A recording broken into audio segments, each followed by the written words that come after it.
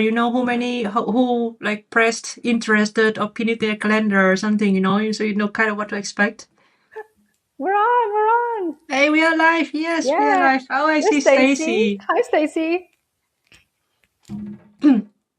Oh, yes, so there are more Yeah. people Oh, look at joining. Anne. Hi, Anne. Oh, what? Oh, Uh, hello, oh, that's really everyone. nice. Oh, That's that's really very nice. nice. Hi, everyone. Okay. So I think we can start. Yeah. Um, yeah. So welcome everyone. Thanks for joining Living Between Worlds and Gentle Badass today. We want to talk about consistency. So I read this article from Erika about consistency, and I was like, oh, this is like so similar to my experience about consistency. Because I was in depression last year, right, in the beginning of this year, and it completely changed my understanding of what consistency means. Like before, I really thought that it's really like you do everything every day perfectly. Like you form a few new habit, and you have to like you start with like half an hour running, and you have to do it every day. You shouldn't miss any session. And if you miss one, then it's like the streak is not perfect anymore. And then my motivation drops, and I stop doing it because I think I'm not going to make it. This is kind of like how I think of consistency. And then when I was in depression, my problem was that I just had like zero energy. I had like less than zero. I couldn't get out of bed. And then the question is like, okay, how do I maintain my health? Because I still need to I still need to make sure that I go out for a walk. I go to the gym. I need to eat 3 times a day. And like everything that is so simple, that's all this habit that was like helping me to maintain myself suddenly become so difficult. And I really need to prioritize like every bit of the energy. Okay, where to go, what to do, and what it means if I just want to lie in bed, because I'm tired. And yeah, and then I saw your article, Erika, and then I saw that you said some more or less, very similar experience, that you also changed your belief about consistency. That um, and um, and then you also said a lot of things I resonated with, like it's not about beating up yourself, but it's about be gentle, be kind to yourself, working with your energy, not against it. And yeah, so I was like, okay, this is I think something that a lot of women can resonate with. Um, because it's not only about depression, it's also about our daily energy, right? It's not every day the same. It's also about our menstrual cycle. It's also about life. It's also being a mom. It's about working. So yeah, there are so many uncertainty, unexpected moments in life that will affect your habits, your consistency. And yeah, so that's led us to the conversation today. So, Erika, do you want to maybe introduce yourself a little bit for anyone who Yes, doesn't know you yes, yet? of course. If you don't know me by now, I am Erica. I run the Gentle Badass here on Substack, which is a community for women who have done a lot of inner work and they are now ready to build the life that they want, or they are in the process of building that life that they want. Usually they've been through some sort of a crisis, or they have been through a lot of trauma and then the healing, and they're like, okay, so now what's next? But these are women who are not looking to do things the hard way anymore. These are women who they have ambitions, they want a different life, but we do things in the gentle badass, the gentle way. So that's a huge part of what I do. I coach women. I'm also a yoga teacher and a meditation teacher. Even though I don't teach anymore, it's a huge part of my work. The whole Mm. philosophy of yoga and everything that I do is very infused with yoga. And yeah, childhood trauma survivor, figured out my way, crawled my way into healing and building a life that I absolutely love. And so nowadays, this is what I help other women do, and I love it. Oh, that was really nice. I really love your energy. Oh, It's thank really so cool to you. see you always so confident, so relaxed, but also really like, positive and yeah, just like really, really nice vibe. So for everyone to know, I think Erika is really, really awesome. I just really, I like how you think of things. I read your articles and I just really resonate with a lot. Um, so yeah, for everyone joining us, if you have any questions, just please, put it in the chat and then we can answer it whenever. But for Erika, I have a few questions already prepared for you. And first one is, you said that there was this realization about consistency, right? And can you tell me a bit about that? Like, how did it happen? What is the specific moment?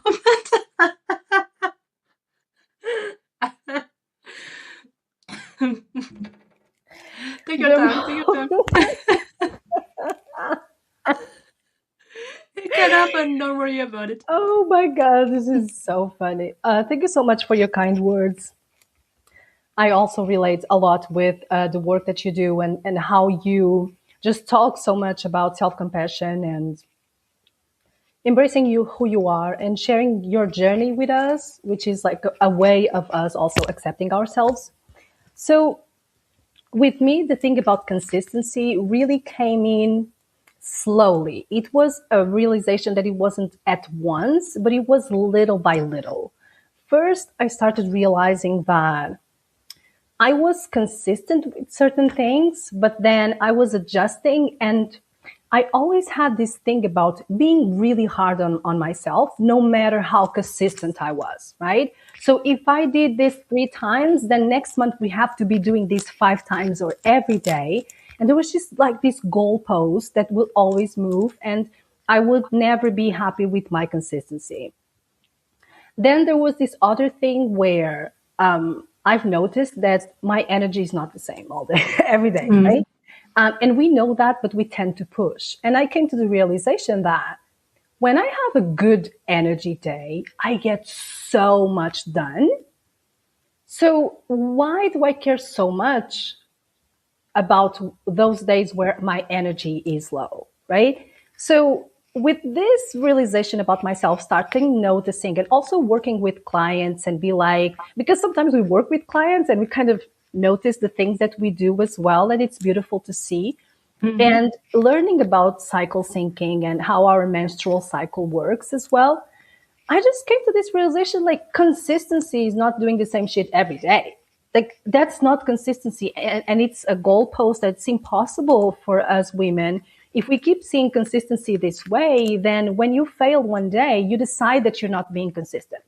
Yeah. And I mean, what about all the other days that you showed up, right? So you're just beating yourself up and it hinders your consistency at the end of the day. So it's just this eternal cycle that started in the first place when we believed that in order to be consistent, we have to do the same thing every day with the same energy. And like, that's just not how things work. It's an impossible mission, I guess. Yeah, yeah, I understand exactly what you mean, and I wonder maybe it came from the fact that like these like role models about consistency, who people who write about it, podcast about it, etc. They are maybe like mostly men, and because men have this just 24-hour hormonal cycle, so it's like they just reset every day, right? And for us, it's not the same because when we are in different phases in our cycle, we just like our body needs to have different needs and energy levels, and so it's like working against nature. For as a woman, then you try to do every day exactly the same thing and expecting the same result.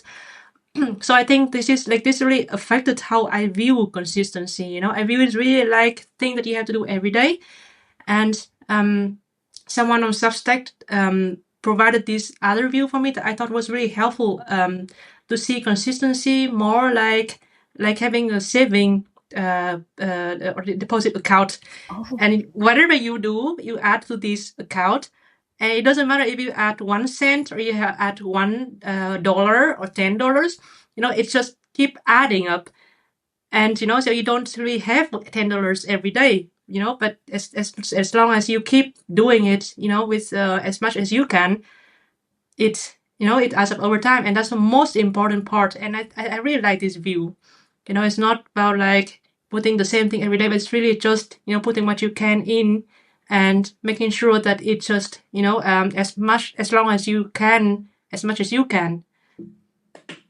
Yeah, I love that. It's such a great visual because you're going to put in the money, probably not every day, but after a month, after a year, you are going to still see the difference, right? You're going to Exactly. still Yeah.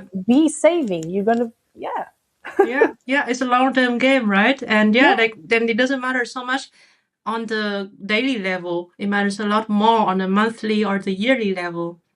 Yeah. Yeah. Yeah. And you mentioned about like yoga, how that, how you're not teaching at that anymore, but that it still affects, how you think about your practices. Like, can Yeah. you elaborate more than about that? Oh, yeah. I was thinking about this the other day, actually. I think that when I coach people, there is something that I say consistently, and Anne is one of these people that are inside of my community, so maybe she can attest to that.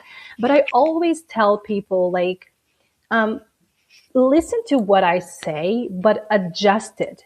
Feel just feel it within your body what is right for you. Like I can give Yeah. you a foundation, but then you take it and then you roll with it, right? Mm. So I think this is one of those things that I've learned as a yoga teacher, and I'm also an old primary school teacher, so I have a lot of teaching in me.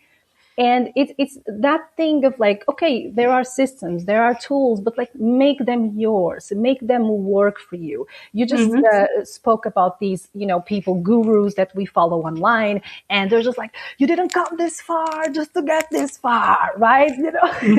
And I love all of these people, but like some days we can't just go with this energy. So I love this idea of you being flexible. And then of course, I'm this person like, in my personal life. I try and practice nonviolence. So everything that I do, the way that I deal with everyone that comes across me, and even in the work that we do, I'm always Mm-hmm. for, self-compassion, on Yeah. non-practicing violence against yourself as well. Mm. And the whole mind, I could be here forever, right? So you tell me to shut up when I'm talking too much. No, go on, go on. The mindfulness of everything. I'm very driven. I'm very ambitious, and I know that a lot of people are in my community because they are building something. But I'm always trying to bring them here to the present moment, which is where they can make a difference, because you are going to start building here with where you are right now. So I'm not going to tell you just like to visualize everything and then forget about being present, which is one of the problems that I think we have in the personal growth world, where Mm-hmm. we're just like visualizing driven. What do you want? Where are you walking towards? But okay, but what can we do here? Mm. How is your environment, right? Just present moment a little bit so you can move forward. So these are just some of the ways where just yoga is very infused in my work. Yeah. Yeah. So if I understand correctly, yoga helps you to be more present with your body, with your energy level and Yeah. your environment, right? So okay, Yeah. what is at this moment, what I have, Oh, yes. where I am, Yeah. and and then that makes that may help you be more grounded, right? Yes, absolutely. The practice of yoga, it's two things, I believe. It's that connection with yourself because you are focusing on doing the thing, you're focusing on the pose, how it feels in your body. Can you stretch a little bit more? Can you not? And Mm-hmm. then there's the thing where you are going to practice this outside of the mat. That's what Mm. happened when I started healing, that I Yeah. realized that I was taking all of these learnings, these teachings into my real world. So you kind of like Mm. start getting used to being frustrated, right? Because you want Yeah. to do the split and you can't, right? That you get Mm-hmm. frustrated. But in yoga, Mm-hmm. you have to really like hone in and focus and accept where you are. So just a beautiful practice. Hi, Reynolds. Everybody Hi, knows ladies. you. Yeah, so just a little to catch up. So we are talking about consistency, and if you have any questions, just post it in the chat and we will answer. Yeah, so it was really beautiful, Erica. I really love how you talked about how you brought yoga practice into your daily life, into your work, and I really recognize this because I think you know being more serious about yoga practice actually saved me. Like it got me out of my depression. Because I had this tendency to really live in my head, Like, like thinking about what I want to do, where I want to go, and, like what you said, visualizing the goals and, trying really hard thinking about that. But I don't connect with my body. And, and if I feel tired, I just sort of like dismiss it, like, I'm really fine, I can do this. and and I always use yoga as more like a stretching practice, like if I'm like having back pain, I go for doing yoga for 15, 20 minutes. Then like, oh yes, now it's gone, so I'm good. And then I started to take it more seriously. I went to classes, really like doing it 2 or 3 times per week, 1 hour each time. And I noticed a huge difference. Like suddenly I felt a lot more grounded. Like, okay, I feel tired, and now okay, I stop dismissing my body. I know I'm tired. Maybe I should take a nap, or doing something that is less energy taking. Yeah. And so I really recognize that, and I'm still not close to what you're saying. I really like bringing that to my work or my daily life, but it really have changed the way I feel in my body, I would say. Yeah. So.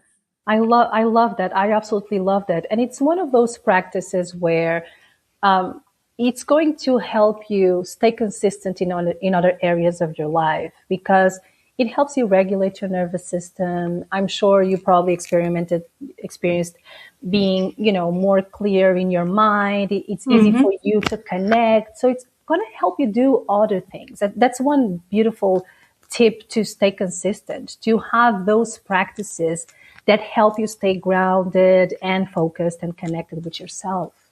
Yeah. Yeah. Yeah, and I never thought about it before, how important it is to sort of like give my body this kind of nurturing, or like nutrition kind of, and how that would help me to achieve my goal.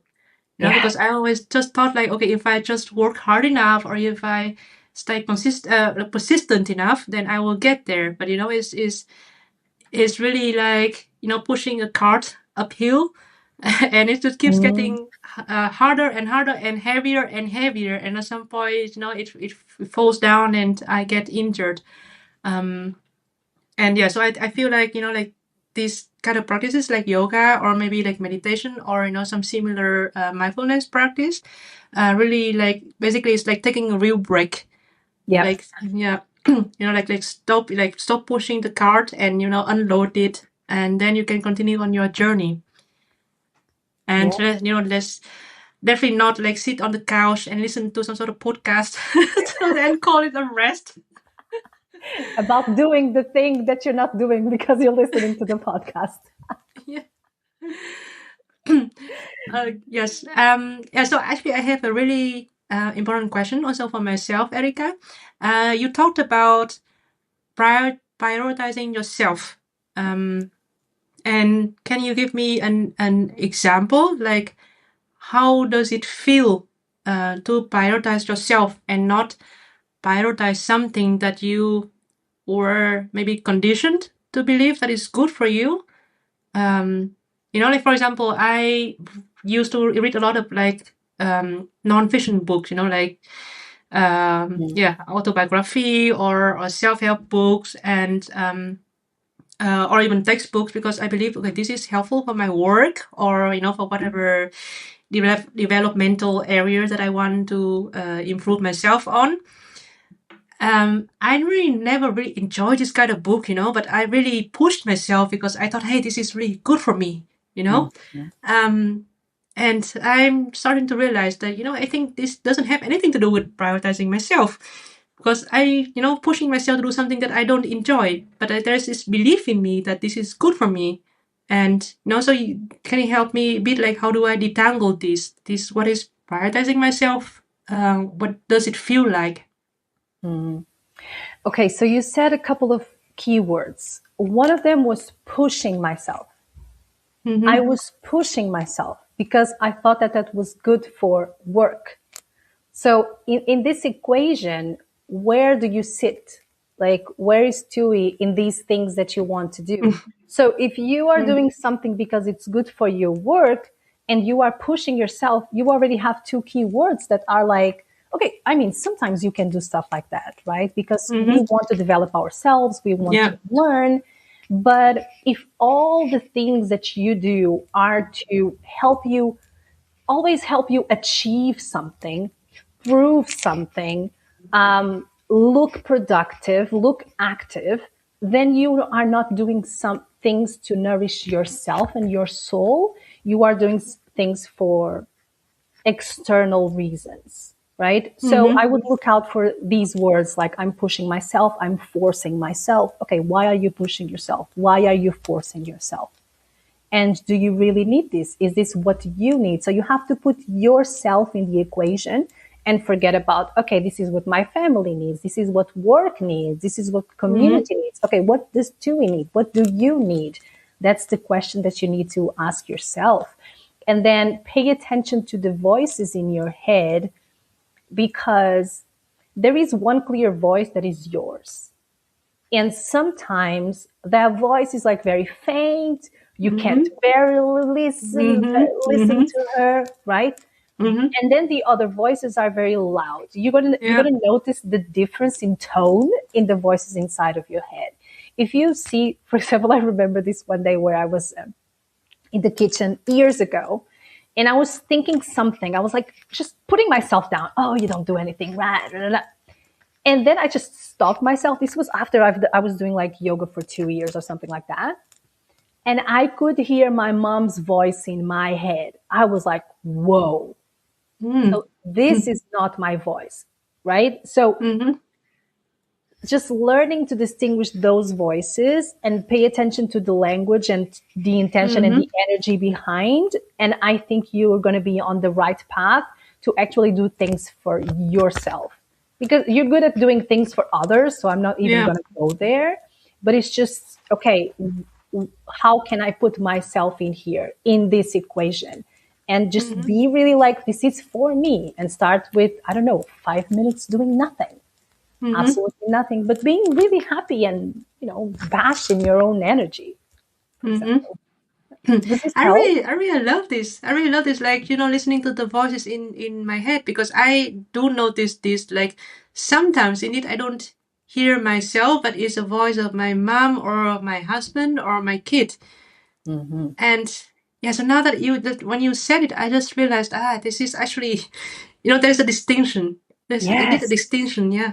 Yeah, exactly. You can even like just visualize, turning the Mm-hmm. volume up on your voice, or maybe just do it like this and see what Mm-hmm. comes up, because it's probably something different from what they're saying, and you're Mm-hmm. pushing it down because your Mm-hmm. voice is not supposed to matter, right? Because old beliefs and all of that.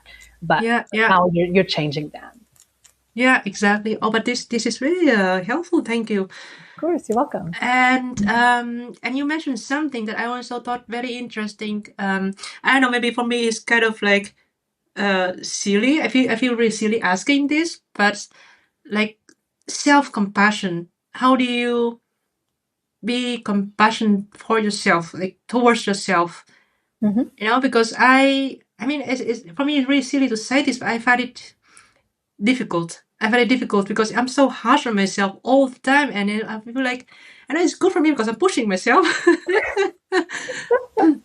It's really like my upbringing, and my mom constantly, yeah, pushed me, and I think I really internalized this. And if I don't, I feel like if I don't try harder, I'm failing. And Hmm. I have learned to sort of like be more distant from this belief, but I still find it difficult to get out of it and be really compassionate towards Yeah. myself. And like, do you have any tip, like how do I nurture it, how do I get better at that, and what does it mean, what does it feel like? Yeah, I think so. First of all, it's not silly at all. I think it's a very courageous question, because it's very easy to talk about self compassion. But to really just understand, to get it, and to actually do it is a different conversation. And I had this same thing happening with self love, where I thought I loved myself. And then I spoke about it in a couple of like conversations with other people. But I went to this retreat in India, and somebody was like, well, you don't act like you love yourself. And I was like, oh shit. Oh, Oh wow. and she was Oh. right. She was 100% right. I thought I knew it. We can rationalize all of these things. So that's a courageous question. It's not silly at all. But about self-compassion, how does self-compassion, I think self-compassion feels very soothing and warm. You'll feel this kind of like you're exhaling, right? Mm. And how do you practice self-compassion and just it's about, I just said the answer myself. It's about practicing, because it's not this thing like I get it, I will never have to practice this again, but it's the thing about asking yourself, okay, what is the compassionate thing that I can do here? Mm. And acting as if you were your best friend, or your kid comes to you with a problem. What would you say? How would you act instead? And Mm. connect, because like you have compassion, right? It's just a Yeah. matter of turning it a little bit in and stop just, Mm-hmm. giving it Yeah. away. Yeah. Yeah. Just be okay, what's the self-compassionate thing I can do for myself right now? And Mm-hmm. sometimes the answer is just like hugging yourself and saying nothing, you know and it's one of those things that you start practicing, and it's so unnatural at first. Like, I have to tell you this, because it's going to feel unnatural, because you're going to be like, this is weird, like giving myself a hug, lay down and do nothing, like what the hell is happening? Mm-hmm. But it's a practice, and the more you practice this, and you have to check in with yourself regularly, and at the beginning it's annoying because it's like, oh, I should know this by now, but you do have to practice. I wish I had an answer that would just like turn the self-compassion button on, but it's really a matter of practicing. Mm. Oh, Lisa is here as well. Lisa, I'm so happy to see you. Oh, hi, Lisa. Yes, and I see it. I was a bit caught by surprise. Sorry. I really like what you said, like thinking of like as if I am my best friend, or as if my kid is coming me for to me for advice.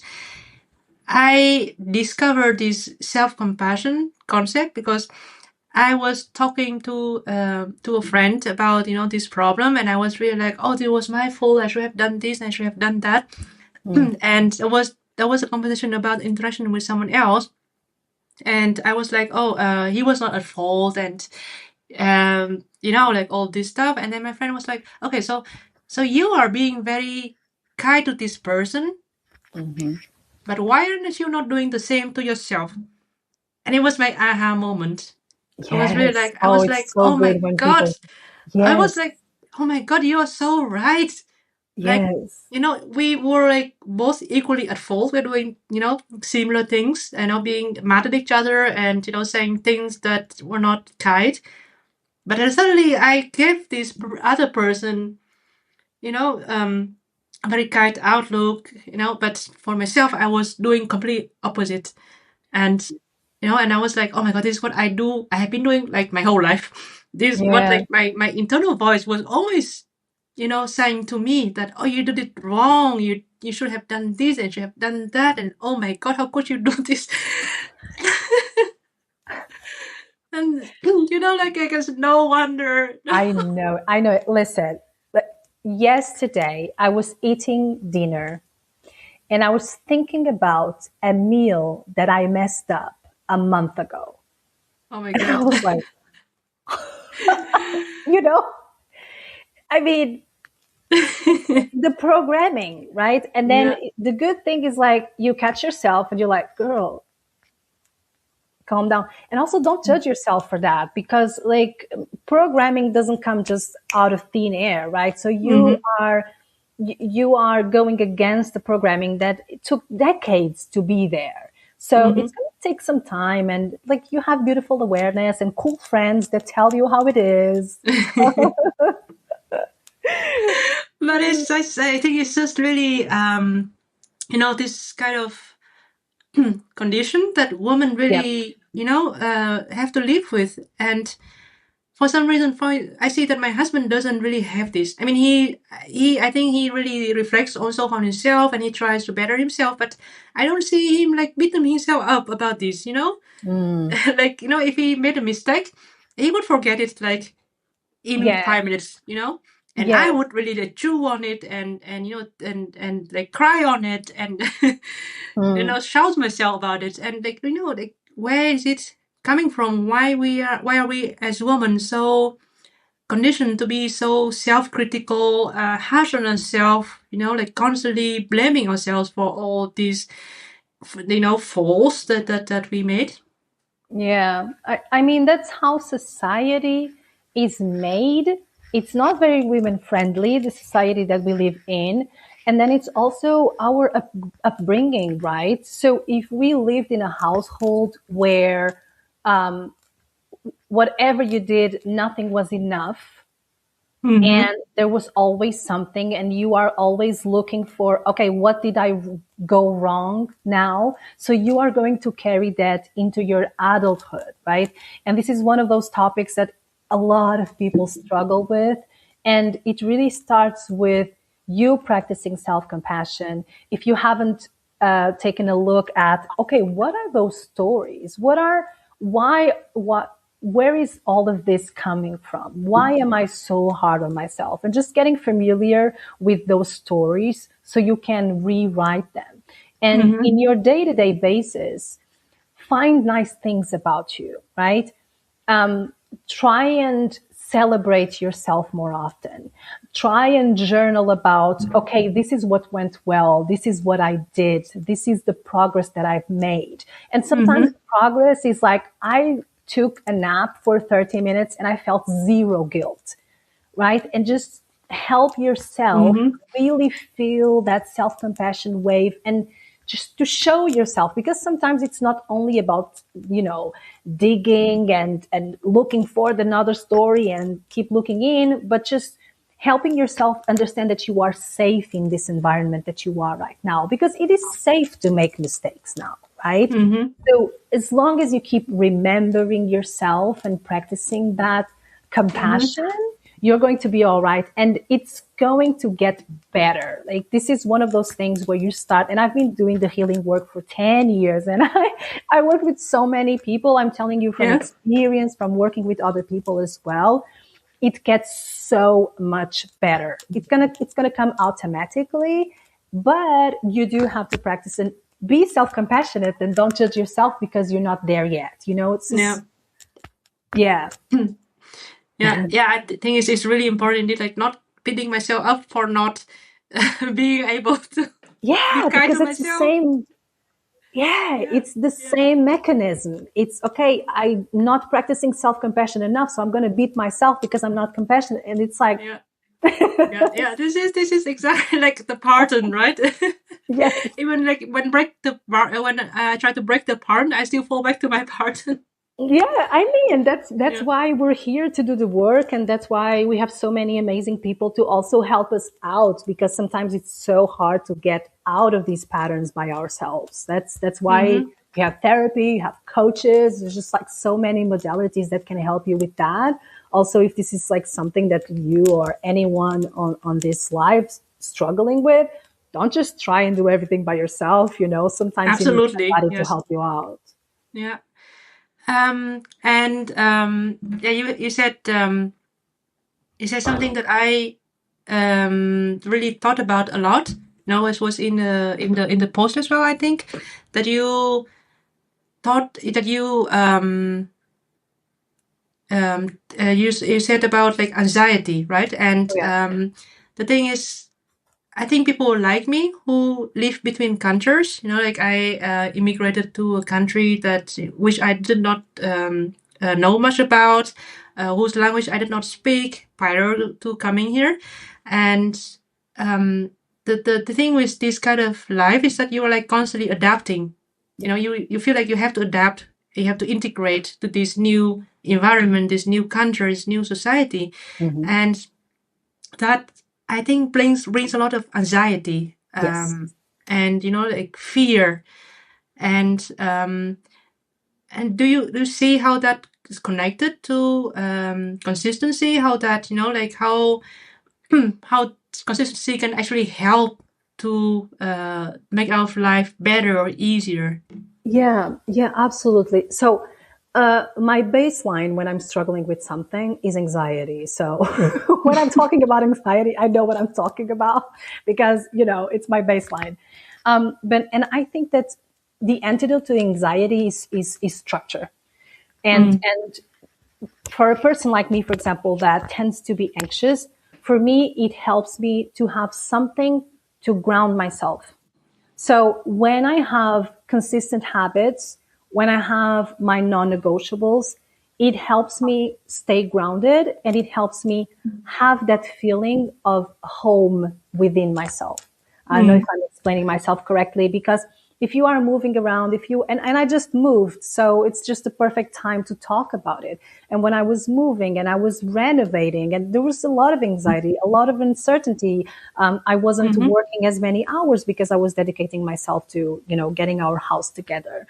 And what really helped me was those habits and staying consistent with my meditation, staying consistent with my yoga.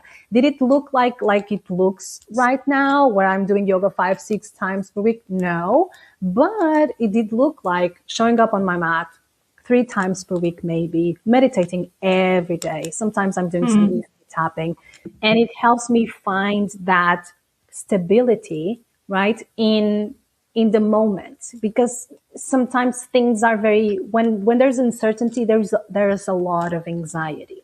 And then there's the other piece where if you stay consistent and you have those non-negotiables, it will help you during the transition moment, because if you are transitioning, you are going somewhere, right? And if you want to go somewhere, you have to be consistent. Not the consistency like the old one that we spoke about, but like the good consistency where, you define what consistency means to you. How often are you going to do things depending on your energy? So it's going to help you reach the final destination and become successful. So yeah, absolutely. It does relate to it, and it does help with anxiety, as long as you don't make it as another huge task and something that is going to overwhelm you, which is sometimes we fall into that trap, right?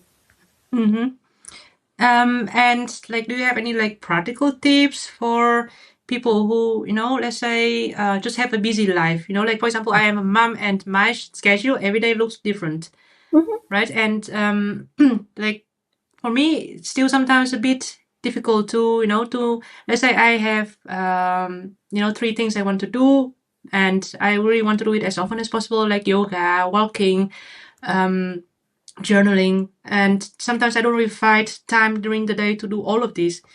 And like, do you have some sort of tips or system that helps you, to tell you, okay, today I don't really have time for all of this, so let's choose one of them or 2 of them, And so Yeah, you said a couple of things that are really useful, which is just focus on 3 things that I want to get done instead of 10,000, right? This is one of the things that you can do. But what really helps me is having non-negotiables. So there are certain things that you can go without, but then there are other things that really move the needle. So you really want to think about your personal goals, your work goals, and you really think about what are those things that really move the needle, that probably don't take loads of time, and call them your non-negotiables. That means that no matter what, you are doing these things. So it has to be really minimal. It has to be like, I'm laying on the couch and I'm able to do these things. So having non-negotiables, for me, it helps me because I'm like, I done these 2 things and I'm done for the day. Like, I don't need to do anything else. And when I'm talking about non-negotiables, it's like you do them and no freaking shame or guilt. They're non-negotiables because they are the ones you have to do. It doesn't matter what you didn't do, right? yeah, okay. So I find that it really helps to have those non-negotiables because you know what? We don't also want to be flaky, right? We have goals and we want to walk towards our goals. So let's have our non-negotiables. And then another thing that I feel like people miss a lot is that they don't help themselves. It's like, okay, so you want to exercise. So Where do you exercise? Is it practical? Do you have to drive half an hour? Or Mm-hmm. are you doing at home? Are you laying out your clothes, right? How are you helping yourself? You want to write a book. Do you have a time to write a book? Where do you write better? Do you write better when you are outside? Just find, because since everything needs, I think most of us have this mentality of like everything needs to be hard, right? And it doesn't. Like we get to make it Yeah, yeah. You easy, need to make it as please. easy as possible to start the thing. Exactly. Make it so easy that you cannot not do it. You Yeah. have things handy. You have your environment. Some people have like a side business that they want to dedicate themselves to. But do you have a corner to work on your business? Or do you have to grab all the toys and find a way to work? Mm-hmm. Or are you trying to work when the kids are there, when you should be working on? There are so many things that I could say here, but I always like to personalize things. But what I Mm-hmm. would say to you and everyone is just like, for starters, just work on these two things, which is having your non-negotiables, because on the lowest energy days you can show up and do these non-negotiables, and then find ways to help yourself stay consistent. And that also means that you're going to do the yoga, because when you do the yoga you feel better. Or the other Mm-hmm. day in my group chat, we were setting intentions for the week, and one of the ladies was talking about how she wanted to get dressed this week with, with like more fancy Yeah, clothes. yeah, yeah, Those yeah. weren't the words, but it helped her show up better, because she's like, I'm on my working clothes, I am my doing live clothes, I have funny earrings, and I'm Yeah. confident. So just Mm-hmm. find these ways of helping you, and just always have that mentality. How can I make this easier for me? Connect with yourself. What do I need? What is helpful right now? Instead of just beating yourself up, oh, I'm not showing up. Like, okay, but how can you help yourself show up? Yeah. Yeah, agreed completely. So I Mm. had this trick that I did when I was really in a low point of my depression.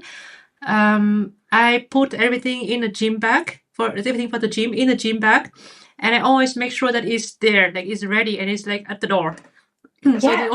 the only thing I needed to do to get to the gym is to grab the bag, drop it in the car, start the car, and then go. And I just like, because normally actually I cycle to the gym, but when I was in depression, I was really like, okay, like just scratch that. Now use the car because it's gonna be Yes. so much easier for me to start. And if I feel like I don't want to go, and I can just like turn back, which I never did, because once I, I'm in the car, I always drive there and I always do the session, the Yes. classes, and so I realized this, like, it was such a small thing to do, seemingly small, but it helped me Yeah. through the bad days, the lowest days, just by getting out the door, going to the gym. Then it's just like instantly, okay, I had one thing done, and Yes. I might get more energy out of it. I could do more, or Mhm. otherwise, at least I have one thing done, like Yes. the non-negotiable, as you said. So I just feel like, this is the things that we don't think about so much, but it helps us so much. What you said, like, knowing where it would helps you to write, what would help you to write, to set things up. And so you just make it easy for yourself. It's just Yeah. like, so simple, but we forget about this. We don't pay We attention to it. We don't realize do. the impact that it has on our Yeah. habits. Yeah, we do. And we forget about things, and I keep forgetting. And it was so hot these days, and I forgot that I love writing outside. That when I'm outside I write so Mm. much and I love it. And the other day I was like, "Oh, let me go outside." And today I was Hmm. outside as well writing the tea, and it was so cool. And I was like, "Oh, I forgot about this." But Yeah, okay, but yeah. we are here to remember you. Yes, yes, be kind to yourself, right? Be kind to yourself. Yeah. Yeah. Oh, that was really lovely. But I just taking the time, and I think it's about time that we close it up. I just wonder if there is any question from the audience. Do you want to ask us anything? Yeah, yeah, ask away. Anne is saying reduce the friction and obstacles. 100%. Yeah. Exactly. Yeah, this is really important and a lot more important than we realize. Yeah. So if there is no question, then I would like to ask you, Erika, if you have one thing you want to leave the audience with. Hmm. I'll leave, as I always leave anything inside of the gentle badass, which is like, go ahead, be a badass because you are, but just remember to be gentle with yourself. That's kind of like the most productive thing you can do for yourself. So yeah, that's it. Yeah, it really sounds simple, but it's so important, right? Mhm. It's yeah, the small things are is also important. Yeah, and with that, then I would like to close the session. Thank you so much, Erica. It was lovely chatting to you. And yeah, to the audience, please go to check Erica's work. I think it's really, really great what she's doing. And yeah, until next time, have a nice evening or morning, wherever you are. All right. Bye, Bye, Erica. Bye, everyone. everyone. Bye. Thank you. Yes, thank you for joining.